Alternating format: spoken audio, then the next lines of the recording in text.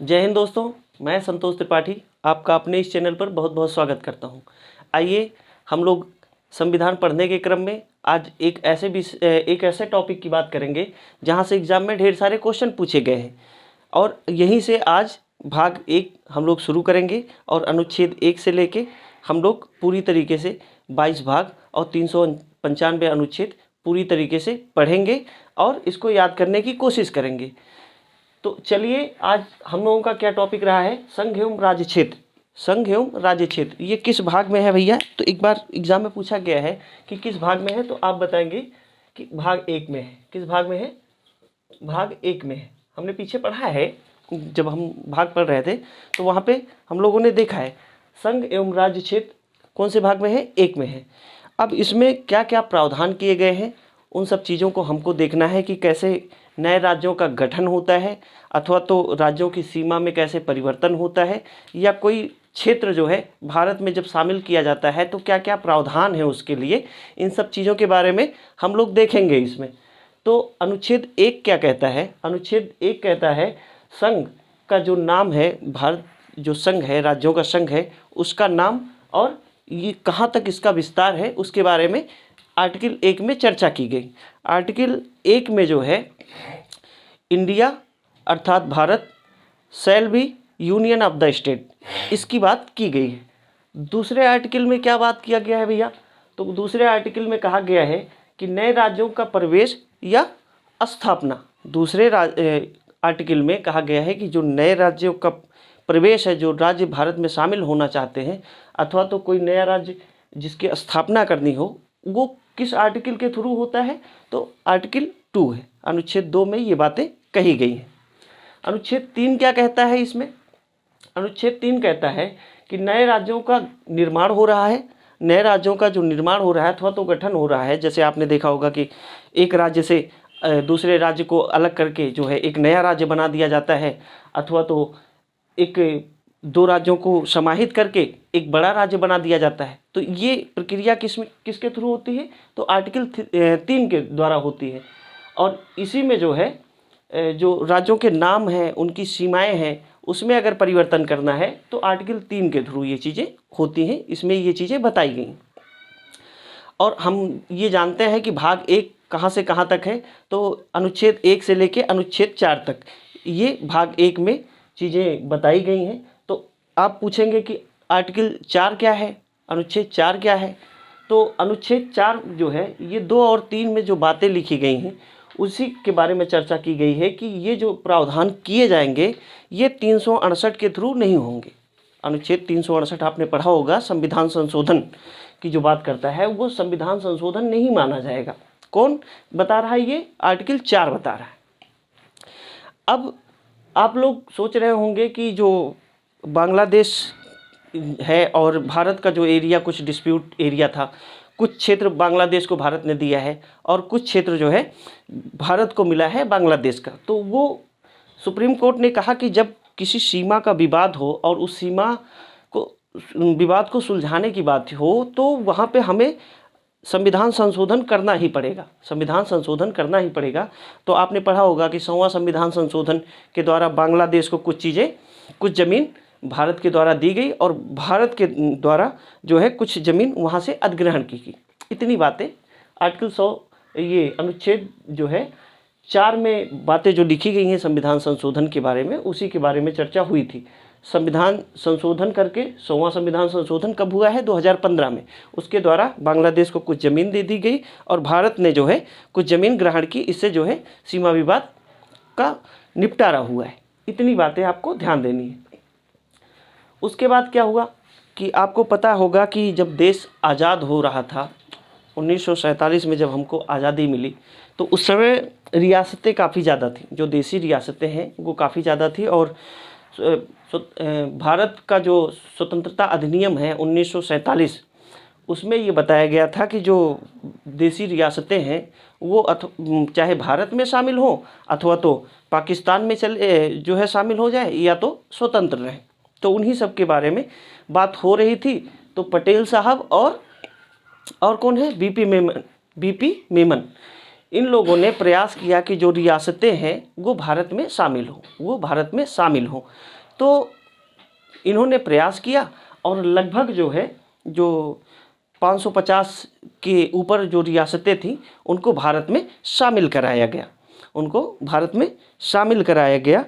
उसके बाद क्या हुआ कि कुछ ऐसे क्षेत्र थे जो भारत में शामिल नहीं होना चाहते थे, जैसे हैदराबाद, जूनागढ़, जम्मू कश्मीर। तो इन सब के लिए पटेल साहब ने थोड़ा बहुत प्रयास किया, कहीं पे ऑपरेशन पोलो चला के उस क्षेत्र को हम लोगों ने अब भारत में शामिल कराया, कहीं पे विलय पत्र पे हस्ताक्षर करा के शामिल कराया।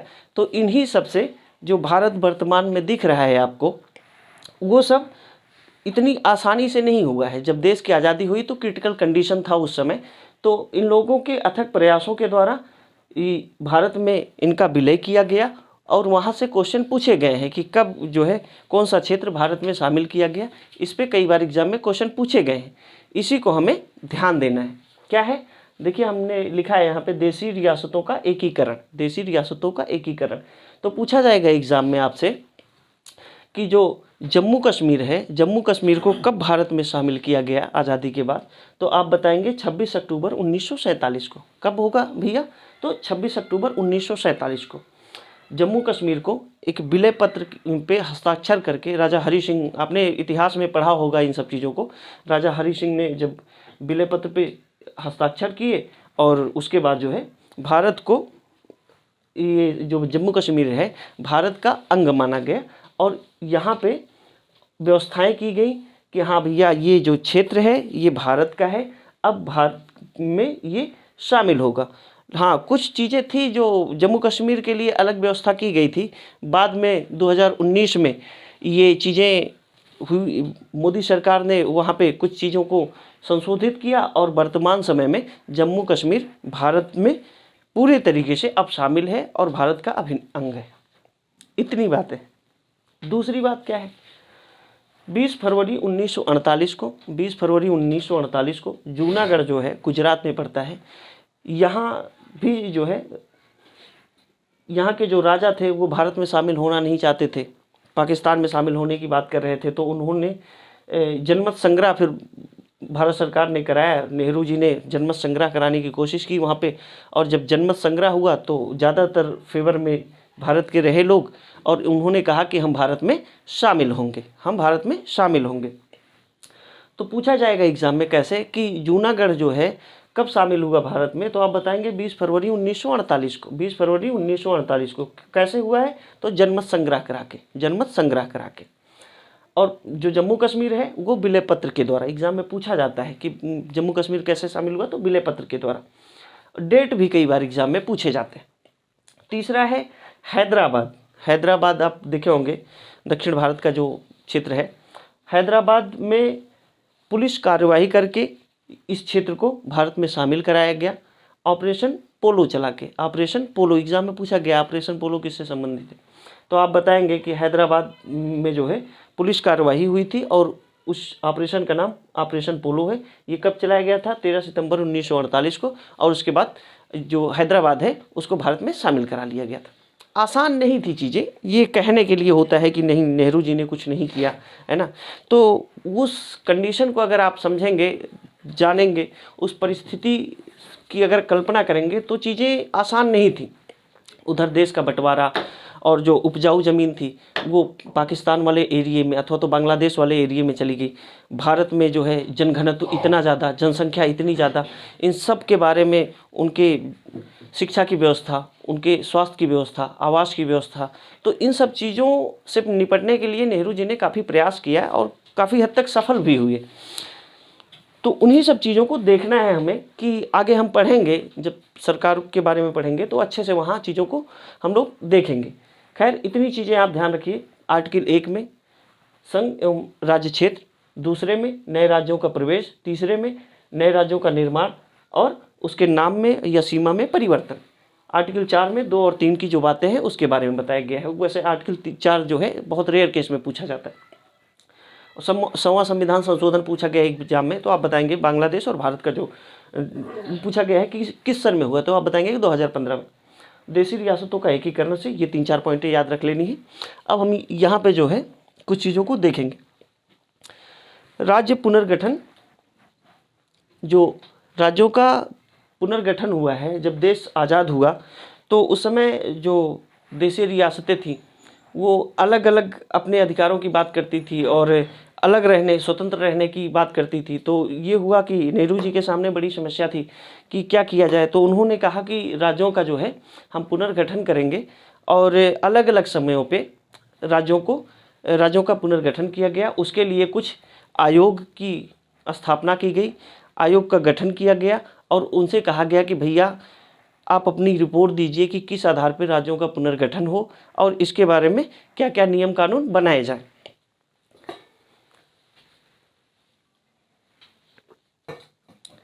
उसके बाद फिर क्या था, सरकार ने जो है कुछ समितियां गठित की हैं और उसी से समितियों से आपके एग्जाम में क्वेश्चन पूछ लिए जाते हैं। तो चलिए हम लोग देख लेते हैं कि कौन कौन सी समितियां हैं। एसके धर आयोग एक बनी है। एसके धर आयोग कब बनी है, एग्जाम में पूछा जाएगा। एसके धर आयोग का गठन कब हुआ, तो आप बताएंगे जून 1948 में। जून 1948 में इसने अपनी रिपोर्ट जो पेश की वो दिसंबर 1948 में पेश की। कब की, दिसंबर 1948 में। क्रम पूछा गया है कई बार एग्जामों में, है ना, तो आप इसको क्रम से अगर देखेंगे तो मुझे लग रहा है कि याद करने में आसानी होगी। एसके धर आयोग है, जेबीपी समिति है, जवाहरलाल नेहरू है और वल्लभ भाई पटेल है और पट्टाभी सीतारामैया। ये दो चीज़ें आपको याद रखनी है। एसके धर आयोग, उसके बाद जो है जेबीपी समिति स्थापना कब हुई, दिसंबर 1948 में। उसके बाद इन्होंने अपनी रिपोर्ट कब पेश की, तो अप्रैल 1949 में। इतनी बातें आपको याद रखनी है। उसके बाद जो महत्वपूर्ण है वो फजल अली जो आयोग बनी है, फजल अली आयोग, वो 1953 में बनी है और 1955 में इन्होंने अपनी रिपोर्ट प्रस्तुत की और इन्होंने बताया कि राज्यों का पुनर्गठन किया जाए और जो अलग अलग राज्य हैं, 4 भागों में आपने देखा होगा कि समूह का खा गा घा करके राज्य अलग अलग बटे हुए थे और उसमें बड़ी समस्या होती थी। तो नेहरू जी ने कहा कि ऐसा है, हम कोशिश करते हैं इस रिपोर्ट के आधार पे। इन्होंने बताया कि हम स्टेट और यूटी 2 ही चीज़ों को हम लोग देखेंगे और राज्यों को और यूनियन टेरिटरी की बात इन्होंने की कि हाँ यही 2 होंगे। ये नहीं कि तमाम तरीके से राज्य हो और उनकी जनसंख्या हो, अलग तरीके से उनका डिमांड हो, ऐसा कुछ नहीं चलेगा।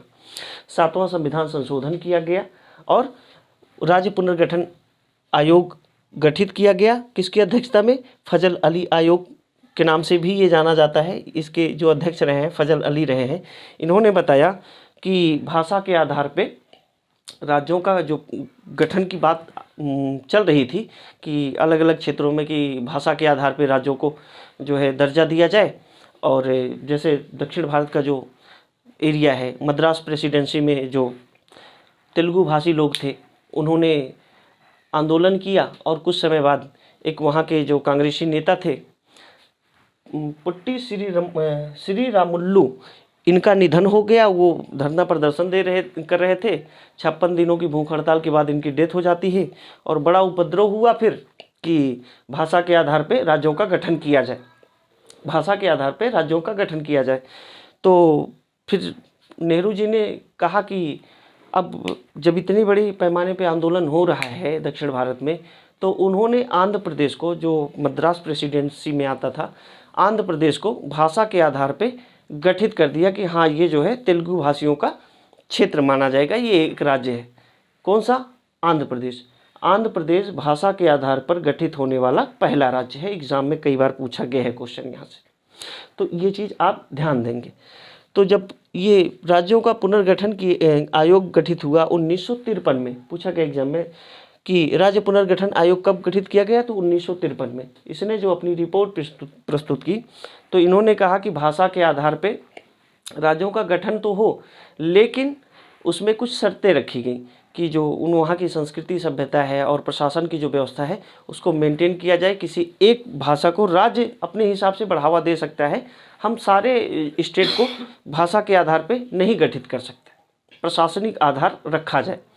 तो एकमात्र राज्य जो भाषा के आधार पर गठित हुआ, पहला राज्य माना जाता है आंध्र प्रदेश है। तो पूछा गया है एग्जाम में भाषा के आधार पर गठित होने वाला पहला राज्य कौन सा है, तो आप बताएंगे आंध्र प्रदेश है। कब हुआ है गठन, तो उसका गठन हुआ है 1 अप्रैल 1953 को, 1 अप्रैल 1953 को। इतनी चीज़ें आप ध्यान रखेंगे।